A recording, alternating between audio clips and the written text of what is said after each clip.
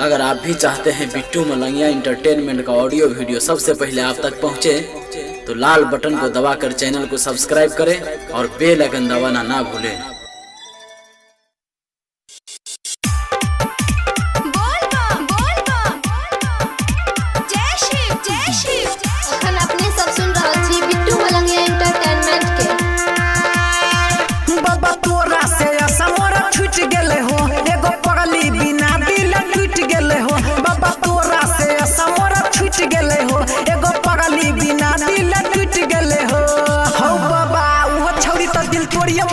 मोह माया छोड़ के वक्त तुम, मोह माया छोड़ के वक्त तुम सीख लो या सगर जीना रे जीना रे जीना जीना अरे जीना।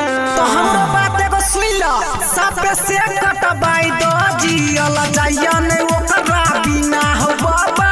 सापे से कटबाई दो जियल जाइया ने ओकरा बिना हो हो। सापे से कटबाई दो जियल जाइया ने ओकरा बिना हो बाबा। Recording by Masa the music Siraha.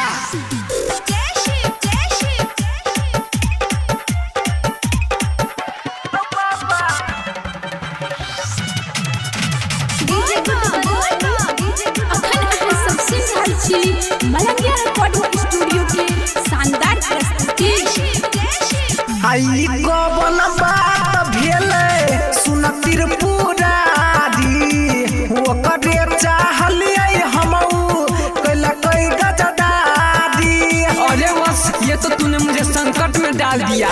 ई कौन बात भेले सुन त्रिपुरारी, ओकरे चाहलिए हमऊ कैला कई गजदारी। किस्मत जिसने लिखा है उनसे, किस्मत जिसने लिखा है उनसे बच पाओगे कभी ना कभी ना कभी ना कभी ना रे कभी ना। ए हो सापे से कटबाई दो जियल जाइया ने ओकरा बिना बाबा। सापे से कटबाई दो जियल जाइया ने ओकरा बिना हो हो। सापे से कटबाई दो जियल जाइया ने ओकरा बिना।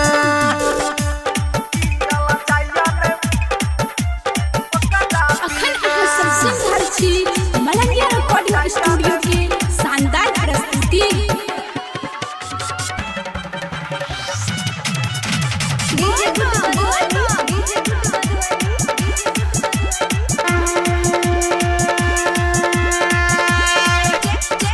तोरे नाम के बाबा कोई ने रही प्यार हो, तब काहे जिंदगी हमर कैल है नहार हो। अरे बच्चा तुम तो मेरा नाम भी खराब करोगे। तोरे नाम के बाबा कोई ने रही प्यार हो, तब काहे जिंदगी हमर कैल है नहार हो।